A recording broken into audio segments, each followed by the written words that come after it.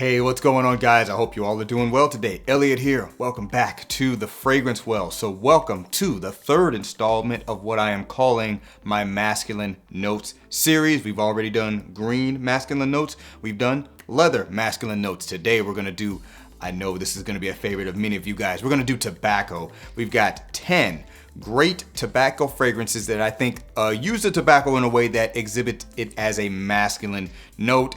Obviously, as I say with all these notes, tobacco can certainly be used in feminine fragrances, but it's pretty much overwhelmingly used in masculine fragrances, and I think it's a more popular element in fragrances for men than it is for women. If anybody thinks I'm wrong on that, please let me know, but I would imagine most people associate the smell of tobacco with a masculine style. Tobacco has certainly become one of my favorite fragrance notes because it can be used in a variety of ways. I like versatility in notes. And I think this is probably the most versatile masculine note I've talked about to this point. So let's not waste any more time. Let's get right into it. But before we do, as always, please remember to like the video, subscribe to the channel if you haven't already, and hit that bell icon, enable notifications so you can be notified when I upload new videos. Let's get into it.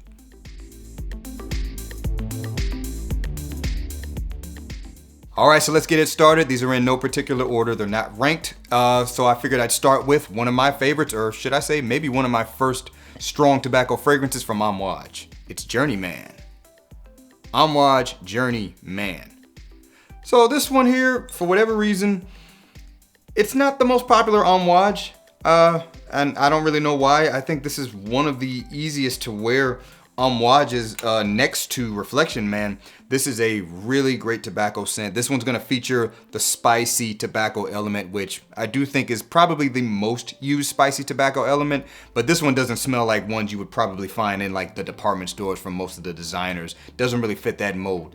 Very heavy on the spices, has an oriental feel to it. The tobacco in this I find to be what I would call a balanced tobacco. It's a good balance of ashiness and leafiness. You get a little bit of both in this one, in my opinion. When I first got this fragrance, I didn't really experience any sweetness balancing out that tobacco and spiciness that this fragrance has, but as it's macerated, I've had this for a while now, I actually do pick up the sweeter accords, pretty much some tonka bean.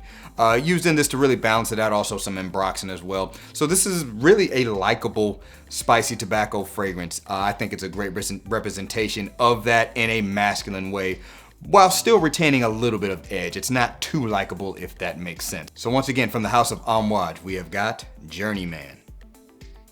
Next up, coming from the house of Day 3 Fragrances, this is Filosofia. Day 3 Fragrances, Filosofia. So this is actually the newest tobacco fragrance I have in my collection. Oh man, and it is good indeed. This one is inspired by a Dominican cigar, if I'm not mistaken. And this one I find to be very cozy, very, very smooth. It's probably the smoothest tobacco fragrance I have in my collection.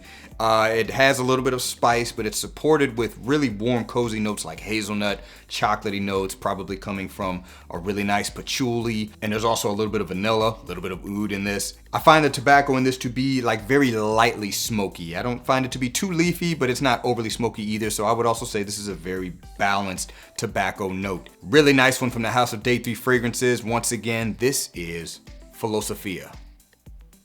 Next up, coming from the house of Tom Ford, this is Tobacco Oud. Tom Ford, Tobacco Oud. Now we went from what I consider to be the smoothest to probably the edgiest. This one is rough around the edges, but I like it, but this one's gonna be the one that's not for everybody.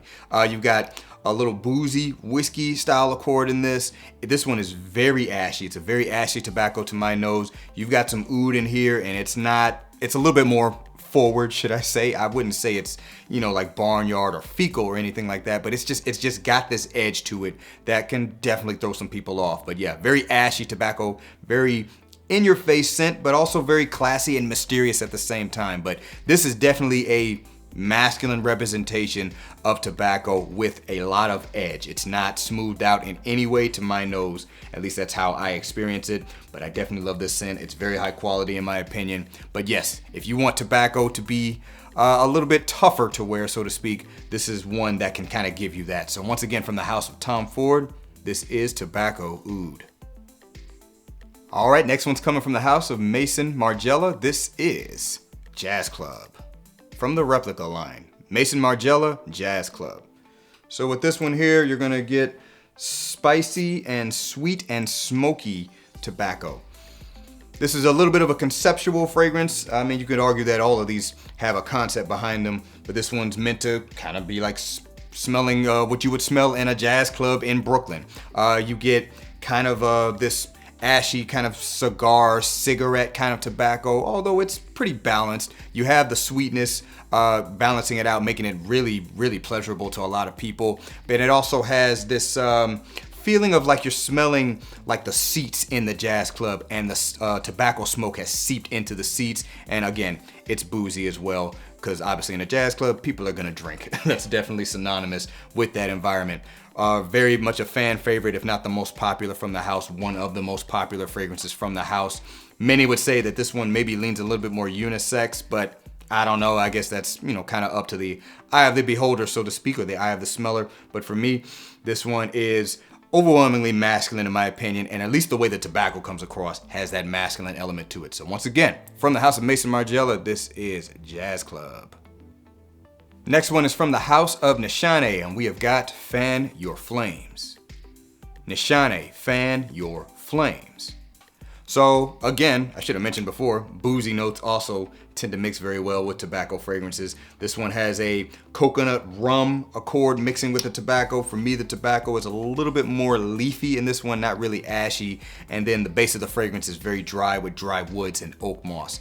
I absolutely love this fragrance. However, it's not for everybody. This is one I would say get your nose on first if you're interested in it and haven't smelled it yet. Definitely get a sample. But man, this is a great representation of what I like to consider a more festive tobacco fragrance, particularly in the style of what you might find in the Caribbean, particularly with that rum and coconut combination. So once again, from the house of Nishane, this is Fan Your Flames. All right, next one's coming from the house of Roja Parfums. This is Creation E. Roja Parfums Creation E. This is the Parfum Pour Homme, also known as Enigma, depending on where you got your bottle from. Amazing scent. I love this scent, very unique. It uses this combination of citrus and florals and spices to basically create this cola accord. So it pretty much smells like booze, cola, and tobacco. That's how I kind of experience it to my nose. Absolutely love this stuff. For me, it is, you know, marketed as a unisex fragrance. I think this one is overwhelmingly masculine and definitely has a uniqueness with that cola vibe mixing with the tobacco. To my nose, I think this is a balanced tobacco as well. A little bit ashy, but a little bit leafy as well. So you're kind of just sitting right there in the middle, because that's how I experience tobacco. Somewhere in the middle, or very smoky and or ashy, or just very, very leafy. This one's a balance of both.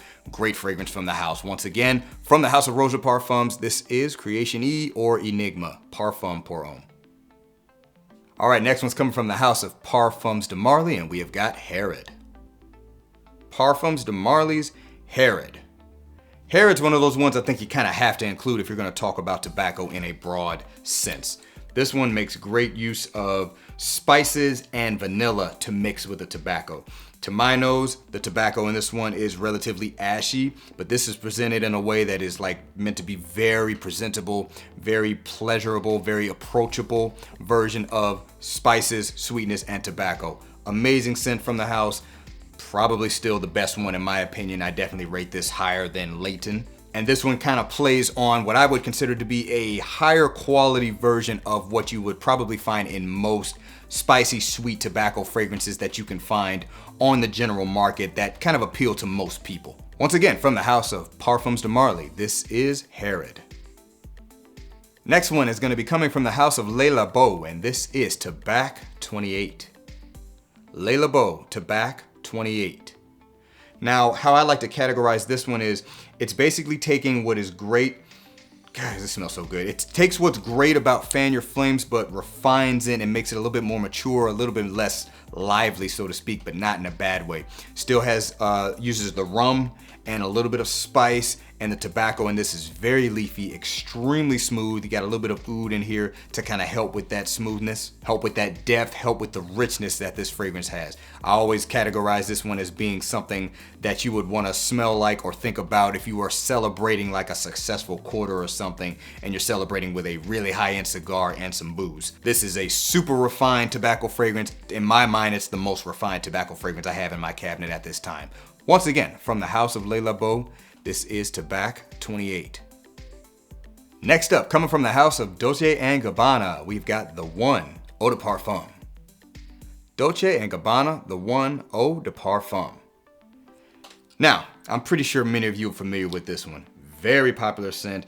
Arguably one of the best designer date night fragrances out there. I mean, I certainly kind of support that sentiment. This one is what I would consider to be the easiest gateway of entry to tobacco fragrances for the masses, particularly if you train your nose to, kind of smell tobacco. Because when I first got this, I couldn't really pick out the tobacco, but as time went on and I got better at, smelling tobacco in fragrances, I could pick it out after, wearing it a few times. This one combines cardamom with a little bit of fresh spice from ginger, and also some orange flavorings, and tobacco and amber and dry woods. Great scent. You guys already know. Like I said, I'm pretty sure most of you are familiar with this. Now, for me, tobacco is not necessarily at the forefront of this fragrance. It's not like the first thing you notice, but it definitely plays a very important part in the great DNA that this fragrance is, and definitely does it in a masculine way. So once again, from the house of Dolce & Gabbana, this is the One Eau de Parfum. And last but not least, coming from the house of Xerjoff, this is Naxos. Xerjoff's Naxos. So this is going to be another one that's one of the more popular ones on this list. I'm sure many of you guys are a fan of Naxos.